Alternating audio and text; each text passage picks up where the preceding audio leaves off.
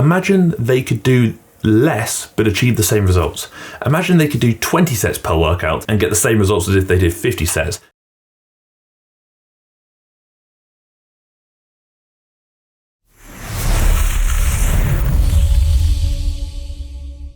Definitely someone I haven't covered for a while now, Hanna Öberg, and we're actually going to talk about some very interesting and probably applicable things regarding technical improvements from the upper body workout we're looking at, and also kind of the title of her video, why you're not seeing results in the gym, because I'm curious to know what she says and how much of that I actually align with. I'm going to give my opinion and also give my thoughts on why you might not be seeing results in the gym too. Start off with dumbbell side raises, lateral raises, whatever you want to call them. Love it, big fan. Again, how I typically do them is I do tend to kind of do them in the scapular plane. As you see, Hanna is raising directly out to the side.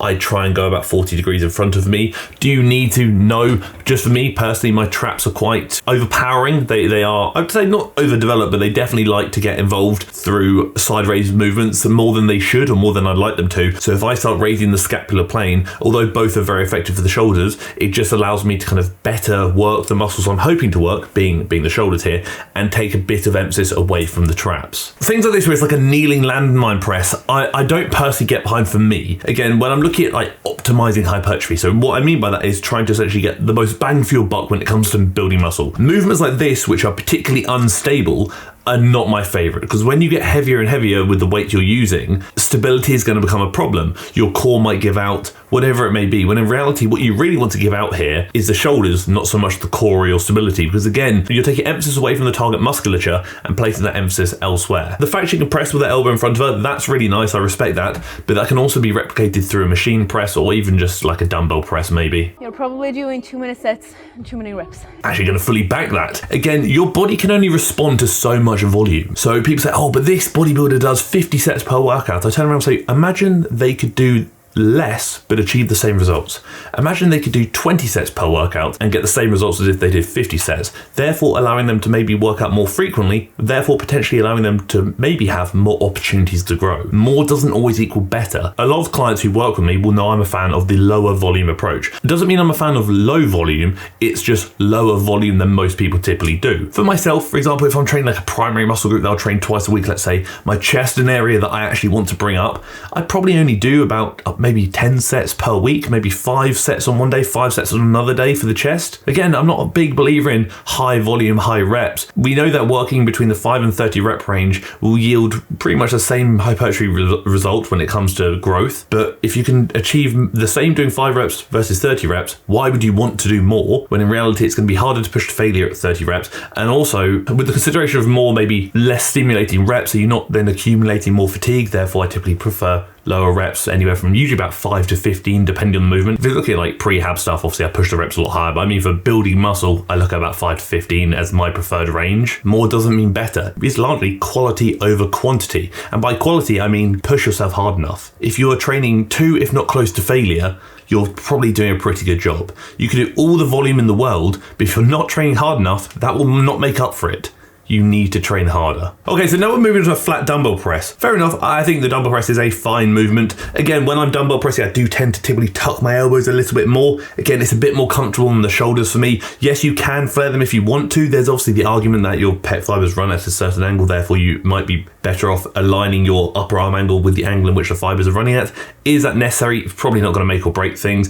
I just find that personally, if I flare my elbows, I can only go down so far before range of motion limits me. If I tuck my elbows to 45 degrees, I can go down a lot further, get a greater range of motion through the pecs, actually kind of lift a bit, arguably safer, because my shoulders feel a bit less compromised for me personally. The only issue that really stems from dumbbell pressing is stability. It's great you can bring the humerus a bit more across the body, which is obviously what the pecs do, but stability is definitely an issue that I find holds me back a bit, but also may not be an issue that holds you back. See the thing there? Intensity. Hanna is training with intensity. She is pushing it hard to failure. No, you don't have to go to failure, but if I'm going to choose between going to failure or going a few reps shy, I'm probably going to favor failure myself, especially if you aren't very good at gauging where your failure point is or what 1 or 2 RIR might actually look like. And RIR obviously refers to reps in reserve. Quickly, if any of these tips and tricks actually apply to you or appeal to you, have a gander down below in the description where you can find the link to apply to work with myself, Ryder or Beth on a one-to-one coaching basis where we can help coach you towards your goals, whatever they may be. You've also got the link to download the the TFNL workout guides, which have loads of information and workout plans for you to follow. You've also got the link to join the TFNL group coaching, which costs less than your Netflix subscription. I'm pretty certain across the board there are going to be some sales occurring over Christmas and the New Year. So keep an eye on those links, keep an eye on the comment section, and keep an eye on my social medias, as I will be posting those relevant sales online as they pop up. With focus on building my lower body, my legs and bum, which means that I want to hit those muscles as many times as I can, but with obviously recovering in between. Yeah, to an extent I get that. Is essentially ultimately what can you recover from? It's all well and good me saying, oh, you should train the muscle X number of times a week, but what can you recover from? Again, I think realistically, provided weekly volume is accumulated, there's the argument that training a muscle group 1 time a week, twice a week, or 3 times a week doesn't change the result when it comes to muscle growth. Personally, I still prefer training muscle groups multiple times a week for me. Again, if I'm looking at building a muscle or trying to maybe accelerate growth in that area as a potential weakness, I wouldn't necessarily always just train it more. I think it's just about doing the best you can with what you're doing. So essentially making sure you're at a good volume, the kind of arguably the most volume you can grow from, but also recover from. You're training hard, you're sleeping well, you're eating well, like all those variables are in place. Just doing more isn't necessarily enough, because sometimes actually doing less might be better because you might be doing too much, and rest is obviously a key component when it comes to growth. As I kind of mentioned earlier, more isn't always better. It is very much more relevant, more necessary, and better quality. It's better. So yes, you can train muscle groups 3 times a week, but to do so, you'll probably likely have to reduce volume. And again, you need to consider whether you can recover from what you're doing, because if you can't recover, it's not going to go well and you're not going to achieve the result you want. Single arm cable rows, I respect it, because obviously we're using the bench here to support ourselves.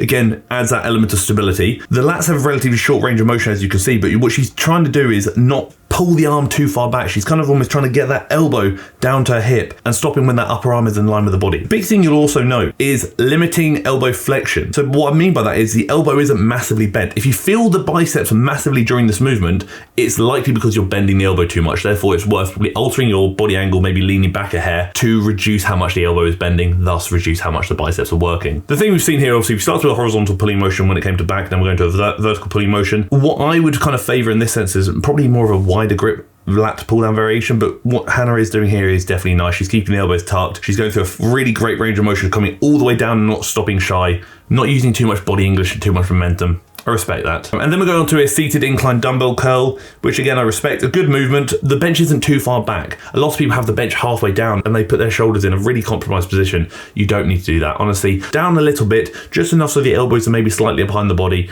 is plenty. You do not need to basically lie down and bicep curl, because you're just going to hurt yourself and look like a silly sausage doing so. Although I agree with a lot of what Hannah said, I'm going to give 3 tips that might contribute to why you're not seeing results. Number 1 is what Hannah said earlier. You're probably doing too much volume, too many workouts, whatever it may be. Number 2 is you're probably not training hard enough. If you think you're training hard, you probably aren't. And what I mean by that is you're probably not training to, if not close to failure. Although you think you might be there, you could probably push yourself a lot further than you think. So your intensity might be lacking. And number 3, external variables might not be in check. You might not be resty enough, you might not be sleepy enough, and you might not be eating enough. Honestly, when it comes to building muscle, those things are great. Obviously, the workouts are fantastic, but how are you recovering? Food, sleep, hydration, etc., etc. You need that recovery to grow. Maybe throwing in an extra rest day might be good for you. Maybe eating in a calorie surplus might be good for you. And if you think you're eating in a calorie surplus but your weight isn't changing, you probably need to eat a little bit more and maybe sleep a bit better and drink a bit more water too. Things like that can make such a difference. Although no, you don't need to be in a calorie surplus to build muscle, as muscle building is signal driven, not fuel driven, which means it's driven essentially by progressive overload, not simply just by eating more. What will help you is being in a surplus. Therefore, you have that extra energy to expend into helping you drive that signal into progression. So when you have more energy left over and that surplus of calories, you're more likely to progressively overload in the gym because you have the additional fuel and energy to put into those workouts, which could help you lift that kilo heavier, lift that extra rep, whatever it may be. And over time, these progressions will add up and lead to muscle growth and development, which is kind of what we're hoping for here. Do less, eat more, drink more, sleep more, rest more, and probably train harder, and you're bloody laughing. That's it. That is the video. Thank you for tolerating me. Thank you for tolerating my waffle about muscle building, and thank you for tolerating the video.